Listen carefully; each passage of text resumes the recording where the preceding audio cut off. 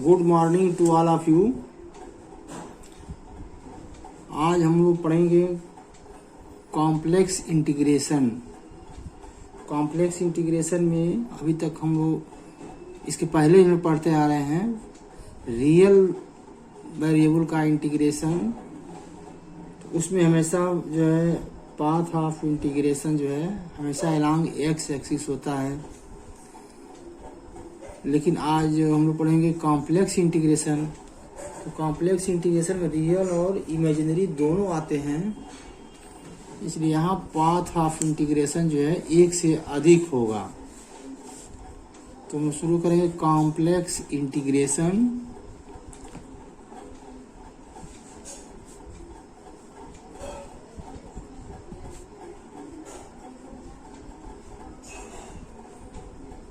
Complex integration वही भी बताया in case of real variable,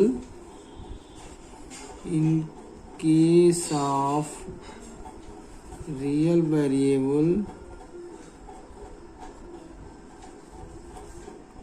the path of integration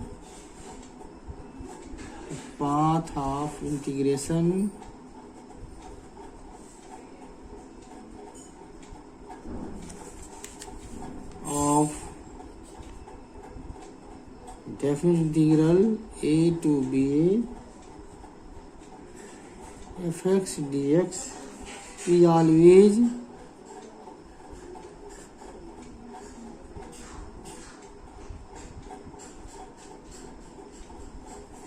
along x axis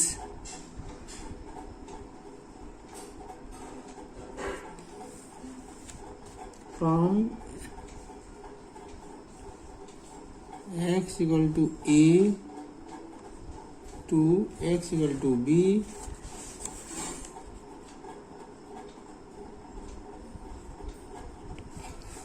यानी real variable का अगर इंटीग्रेशन है तो उसका पाथ ऑफ जो इंटीग्रेशन होगा ऑलवेज अलोंग एक्स एक्सिस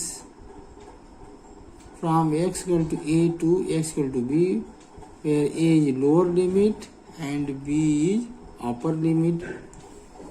लेकिन वही अगर कॉम्प्लेक्स इंटीग्रेशन की बात होगी, but in case of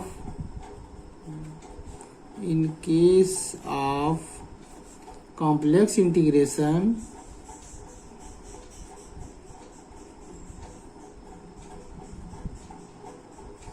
case of complex integration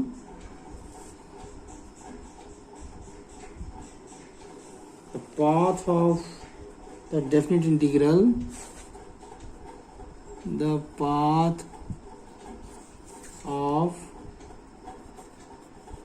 the definite integral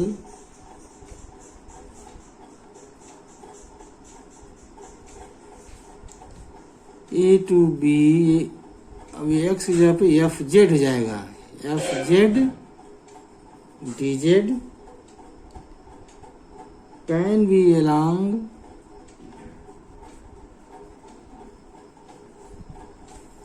any curve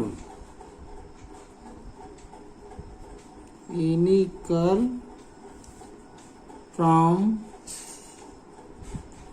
Z equal to A to Z equal to B.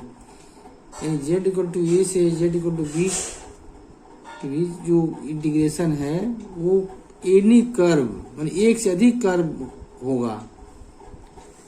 अब क्या होगा, जैसे Z equal to complex case में जेड को डिनोट करते हैं एक्स प्लस आई वाई, तो यहां से डी जेड क्या हो जाएगा, this implies D Z equal to D x plus I D Y. पहला पाथ हो गया इसका फर्स्ट। दूसरा होगा if Y equal to zero, if Y equal to zero तो जेड इक्वल टू एक्स हो जाएगा, ये जेड इक्वल टू एक्स और वाई जीरो हो गया, जेड इक्वल टू एक्स, तो this implies D Z is equal to D X, ये दूसरा पाथ हो गया। If X is equal to zero, X zero, इसका मतलब Z is equal to I Y, this implies D Z equal to I into D Y, ये तीसरा path हो गया। अब ये कितना अंतर है कॉम्प्लेक्स इंटीग्रेशन में और रियल वेरिएबल के इंटीग्रेशन में। इस रियल वेरिएबल का केस अगर है तो केवल एक ही पाथ ऑफ इंटीग्रेशन है, वो है अलोंग एक्स एक्सिस। लेकिन वही जब कॉम्प्लेक्स फंक्शन का इंटीग्रेशन होगा तो देखिए पाथ ऑफ इंटीग्रेशन यहाँ 3 हो जा रहा है, D Z equal to D x plus I D Y, एक हो जा रहा है D Z equal to D X, और तीसरा हो जा रहा है D Z equal to I into D Y. ये 3 है, तो कॉम्प्लेक्स का इंटीग्रेशन जब आएगा तो उसमें ये तीनों में से कोई भी जैसा कंडीशन होगा उस हिसाब से पाथ लेंगे। लेकिन वही रियल का है हमेशा एक्स एक्सिस के अलोंग इंटीग्रेशन डी एक्स ही लिखते हैं हमेशा। ये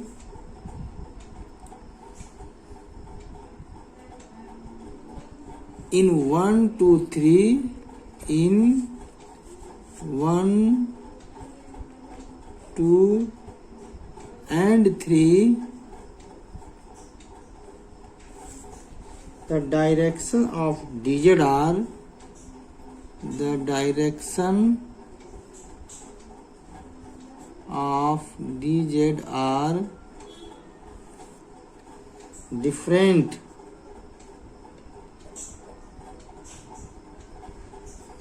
direction of digit are different, its value depend on its value depends upon the path, value depends on the path, depends on the path या curve भी कहते हैं इसको of integration।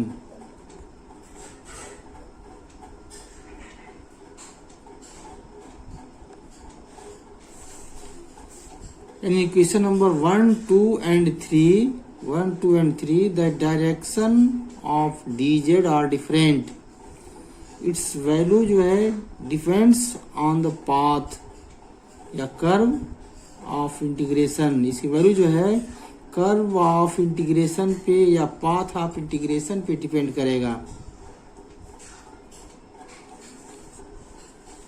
In case of, इसके बाद आता है इसमें क्लोज्ड कर्व या सिंपल क्लोज्ड कर्व। तो सिंपल क्लोज्ड कर्व या क्लोज्ड कर्व भी कहते हैं इसको। ये क्या होता है closed curve?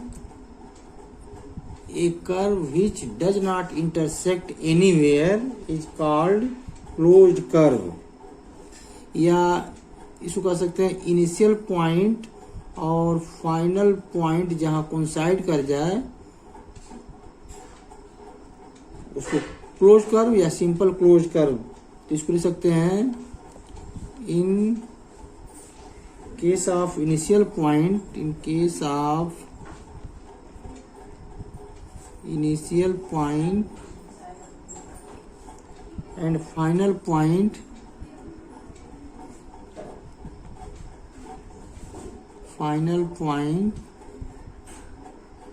in case of initial point and final point coincide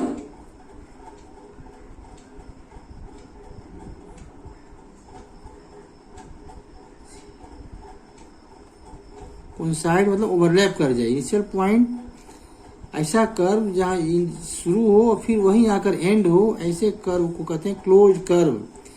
यानी initial point and final point coincide so that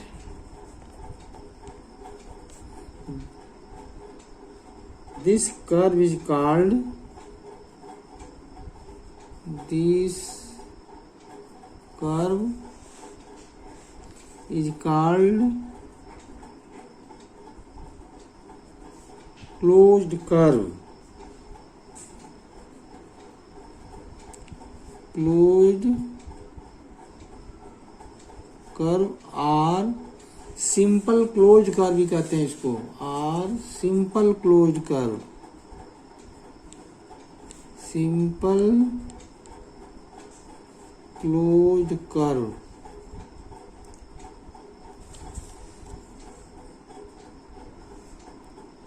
दूसरे शब्दों में कह सकते हैं ए curve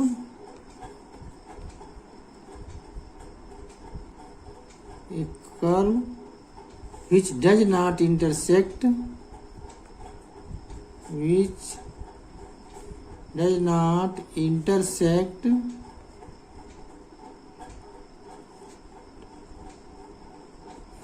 anywhere.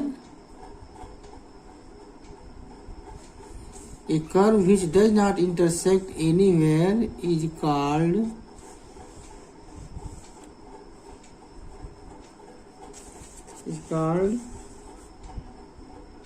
closed curve.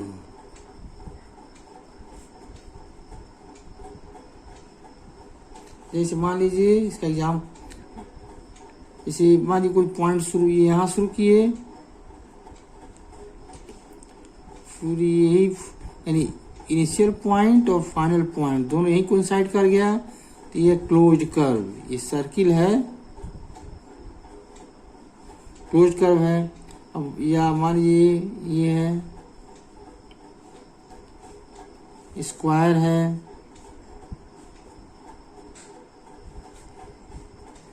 Rectangle है, ये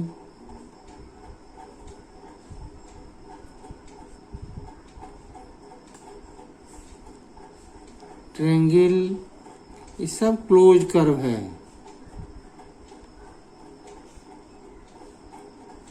ये सब क्लोज कर्व का एग्जांपल है ये, यानी कहीं एक दूसरे को इंटरसेक्ट नहीं कर रहा है। ये इसका डेफिनेशन ही है, ये curve which does not intersect anywhere is called closed curve. ये सब क्लोज कर्व का एग्जांपल है ये। These are all close curve, ये कहीं इंटरसेक्ट नहीं कर रहा है। लेकिन इसी के अपोजिट अगर ये ऐसे अगर हो जाए, ये तो यहाँ इंटरसेक्ट कर गया, ये this is not close curve, not closed curve. ये क्लोज कर्व में, क्योंकि ये इंटरसेक्ट कर जा रहा है यहाँ पे। और डेफिनेशन है a curve which does not intersect anywhere, कहीं एक दूसरे को कट नहीं करना चाहिए, तो उसी को कहते हैं क्लोज कर्व या सिंपल क्लोज कर्व। लेकिन इंटरसेक्ट कर जाएगा तब वो क्लोज कर्व नहीं होगा। तो ये क्लोज कर्व नहीं है, लेकिन ये है, ये सर्किल है, स्क्वायर है, रेक्टेंगल है, ट्रायंगल है, these are all close curve. अब क्लोज्ड कर्व के अलोंग अगर इंटीग्रेशन करेंगे तो उसको कहते हैं contour integration.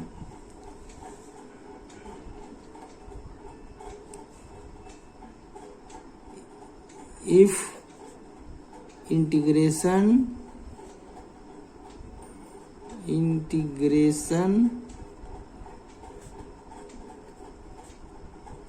along closed curve, integration along the closed curve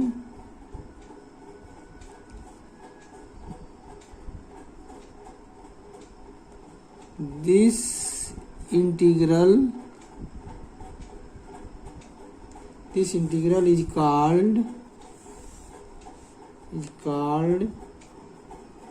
contour integration. एक पॉपुलर वर्ड है ये कंटूर इंटीग्रल। कंटूर इंटीग्रल क्या है? अगर कोई इंटीग्रेशन जो है किसी क्लोज कर्व के अलोंग अगर हम करेंगे तो उस इंटीग्रल कहेंगे क्लोज्ड इंटीग्रल और कंटूर इंटीग्रल, और इसको डिनोट करेंगे and is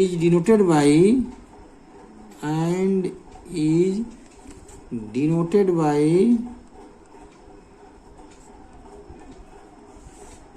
integral C F Z D Z, ये सिंबल है जो इंटीग्रेशन का साइन बना है ये, और एक सर बीच बना है, ये सिंबल है क्लोज्ड कर्व का। या ऐसे अगर कहीं लिखा हो integral C F Z D Z, तो यहाँ जो सी है इंटीग्रेशन का और ये जो बीच बना हुआ है ये, तो ये ऑलरेडी अंडरस्टूड है कि ये क्लोज्ड कर्व का ही इंटीग्रेशन है। और यहाँ जो लिखा इस इंटीग्रेशन में सी यहाँ सिंबल नहीं बना है, तो यहाँ पे मेंशन करना पड़ेगा where C is closed curve, यहाँ मेंशन करना पड़ेगा where C is a closed curve.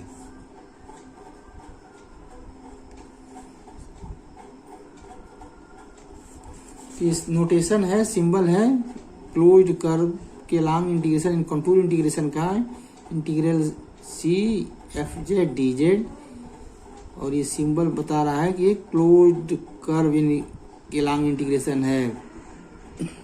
या सी क्यों लिखा है तो वहां बताना पड़ेगा where C is a closed curve.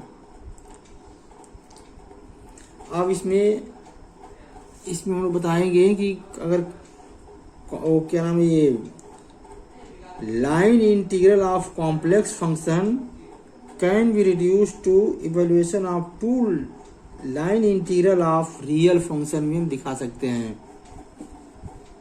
जैसे if f z is equal to u x y plus i v, ये f z u plus i v होता है, यू भी ऑलरेडी एक्स वाई फंक्शन है, भी एक्स वाई फंक्शन है। या ऐसे लिख सकते हैं f z equal to u plus i v where u and v are function of x and y. और डी जेड क्या होगा, d Z is equal to D x plus I D y, d x plus I D y, क्योंकि z equal to होता है x plus i y, तो d z हो जाएगा d x plus I D Y.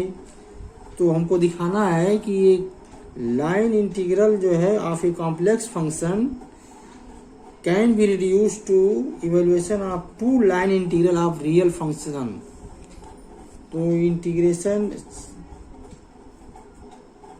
C F Z D Z,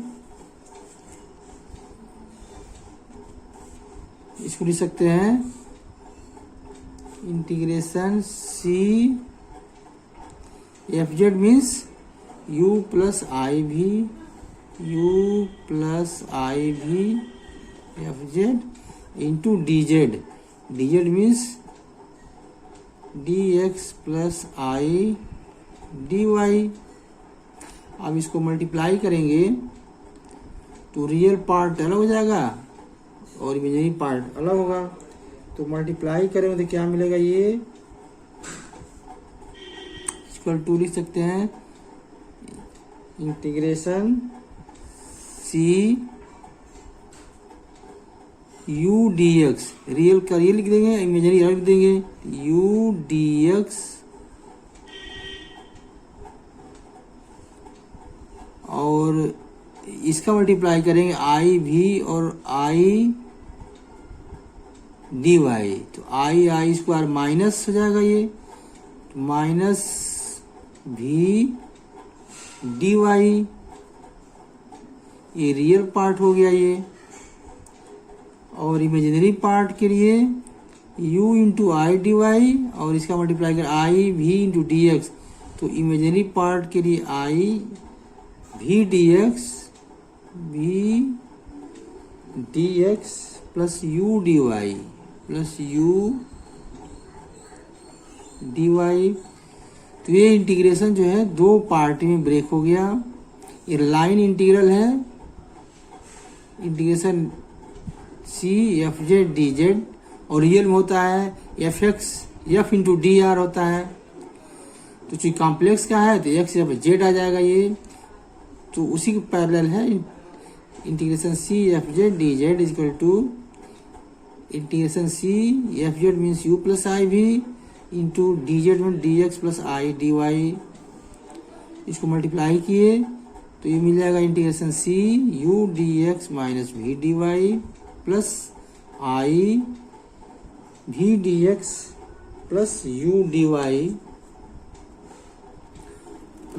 इसमें use किया i square is equal to -1, इसका use किया गया है।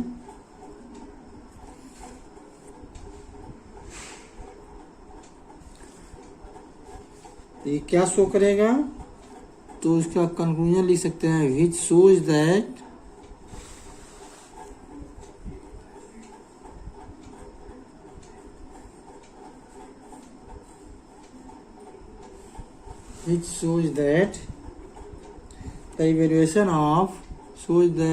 the evaluation of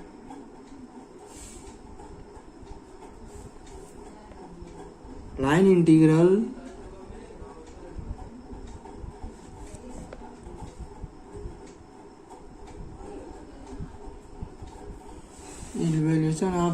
integral of a complex function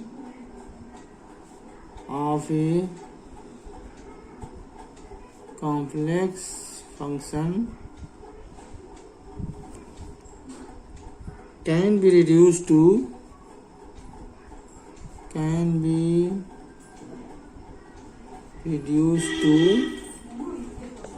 the line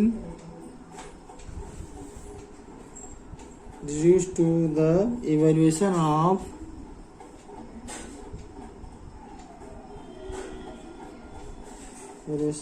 two line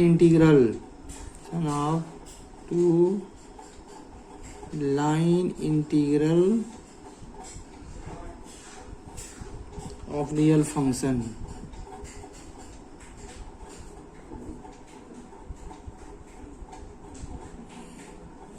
तो ये इसे हम लोग दिखा दिए कि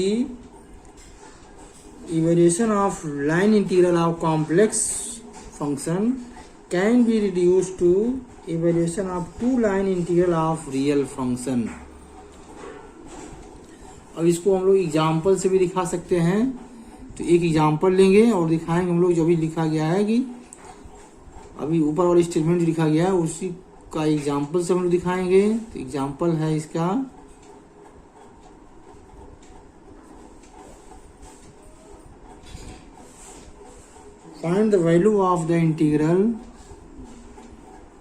find the value of the integral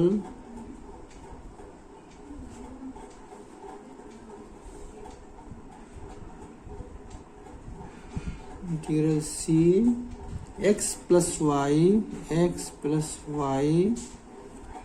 dx plus x square y dy। पहला है along y equal to x square having 0 0 and 3, 9 end point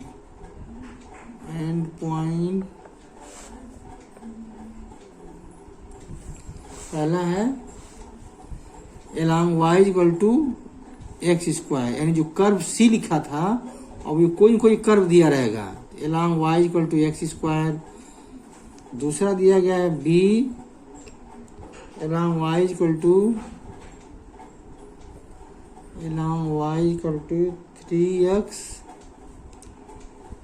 between the same point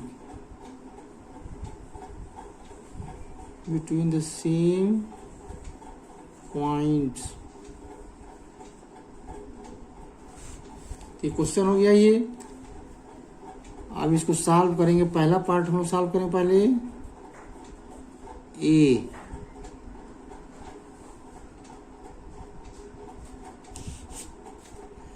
along y equal to x square, ये parabola का equation है इसका figure हम लोग बना के दिखा देंगे। एक्स एक्सिस है, ये वाई एक्सिस है, ओरिजिन है एलॉन्ग पैराबोला, यानी Y equal to X square. ये पैराबोला का इक्वेशन है जो इस तरह से होगा, ये Y equal to X square, टू मान पॉइंट ए है, ये है Y equal to X square, और दिया है इसमें पॉइंट जो है 0 0 और 3 9। तो ओरिजिन का कोऑर्डिनेट हो जाएगा 0 0 और 3 9। फर्स्ट कोऑर्डिनेट पड़ेगा 3 9, यानी कि ये x वेरी करेगा 0 से 3 और y वेरी करेगा 0 से 9। तो करना क्या है इस इंटीग्रेशन में, x और y दोनों है, तो या तो x को y में बदलेंगे या फिर y को x में बदलेंगे। अगर x को y में बदलेंगे तो y की लिमिट लेंगे, सारे वेरिएबल y में आ जाएगा, तो y की लिमिट यहाँ 0 से 9 लेंगे। अगर y इक्वल टू एक्स, अगर x में बदलते हैं तो x की लिमिट 0 से 3 हो जाएगा। अब किसी में बदल सकते हैं, तो पहला जो पार्ट है along y equal to X square, तो हम x में बदल रहे हैं, इसको x में बदलेंगे तो dy यहाँ से क्या हो जाएगा 2x dx, यहाँ से जाएगा dy equal to 2x dx। सारे x में बदल जा रहा है, ये सब x में बदल रहे हैं हम लोग, तो x की लिमिट 0 से 3 लेंगे, dy equal to 2x dx हो गया। अब इसी को इसमें मान दिया गया, इसमें रखेंगे गिवन इंटीग्रल में, तो इसको लिख सकते हैं इंटीग्रेशन c, जहां जहां y है वहां पे लिखेंगे एक्स स्क्वायर,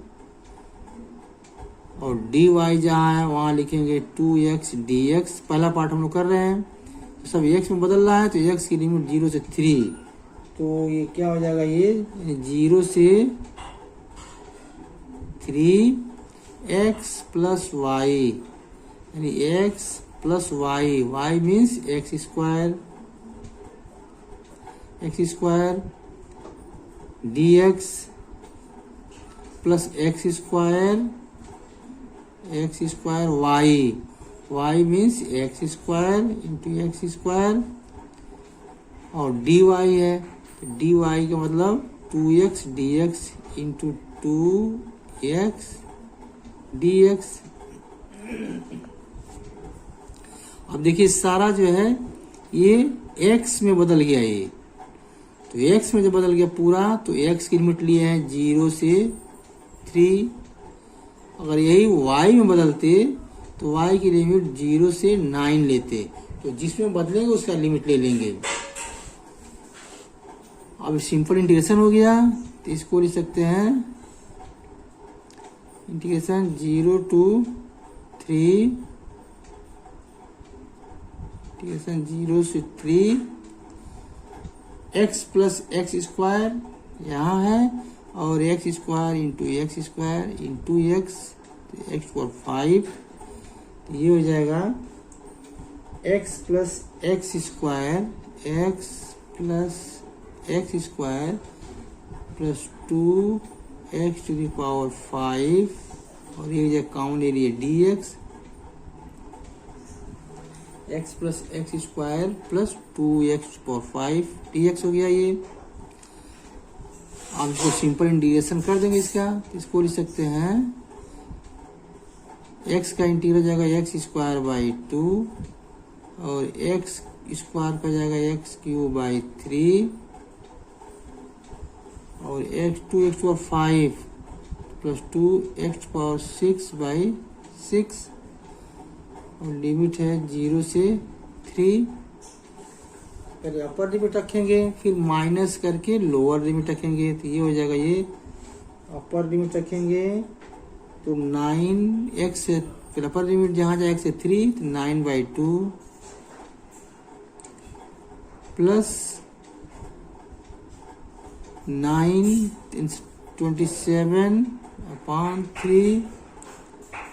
प्लस यहाँ रखेंगे x, तो 2 इंटू 3⁶/6 माइनस करके रखेंगे। जब लोअर लिमिट सब x है तो 0 हो जाएगा ये, तो इसको लिख सकते हैं 9/2 प्लस कैंसिल कर दिए तो ये हो जाएगा 9 प्लस 243 और इसको लिख सकते हैं 256.5। ये इसका आंसर हो जाएगा। ये फर्स्ट पार्ट सॉल्व हो गया। पहला पार्ट था एलॉन्ग y = x²। इसमें करना क्या है, जो भी x y में इंटीग्रेशन आएगा तो x को y में बदलिए या y को x से बदल देंगे और जिसमें बदलें उसी की लिमिट ले लेंगे। दूसरा पार्ट है एलॉन्ग y = 3x, भी पार्ट इसका सेकेंड है। एलॉन्ग y = 3x, तो y = 3x है तो ये हो जाएगा dy = 3dx। यहाँ भी x बदल रहा है, y = 3dx। अब उसको रखेंगे गिवन इंटीग्रेशन में, यानी integration cx + y dx plus x² dy। अब इसको बदलेंगे, जहाँ जहाँ y है वहाँ लिखेंगे 3x और x में यहाँ बदल जा रहा है तो इसकी लिमिट 0 से 3x plus y, y means 3x dx plus x² y, y means 3x into dy 3dx। अब इसको सिंप्लीफाई करेंगे तो इसको लिख सकते हैं 0 to 3x + 3x यानी 4x, x + 4x dx और यहाँ है 3 × 9 x³, ये 4x + 9 x³ into dx, 4x + 9 x³ into dx। आप इसको इंटीग्रेट कर देंगे अलग अलग तो ये हो जाएगा इंटीग्रेशन 0 to 3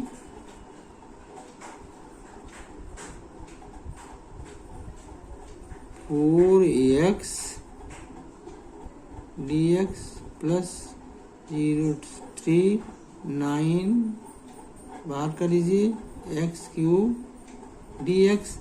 तो इसको लिख सकते हैं, इंटीग्रेट करेंगे 2x² प्लस 9x⁴/4 9x⁴/4 और लिमिट दोनों के इकट्ठे रख दीजिए 0 से 3। तो अपर लिमिट रखेंगे तो पहले 3 है तो 2 इंटू 3 का स्क्वायर प्लस 9 3⁴/4। इसको सिंप्लीफाई करेंगे तो ये मिल जाएगा, ये यानी कि 3 3 9 2 18 प्लस 9 और 3 इंटू 3 इंटू 3 3 4 टाइम्स। इसको सिंप्लीफाई करें तो आ जाएगा 729/4 729/4। अब इसको सिंप्लीफाई करेंगे तो ये लिख सकते हैं इसको 200 4 या 200.25, ये हो जाएगा आंसर। ये कॉम्प्लेक्स इंटीग्रेशन लास्ट में which is the required, which is the required value of the given integral, required value of the given integral,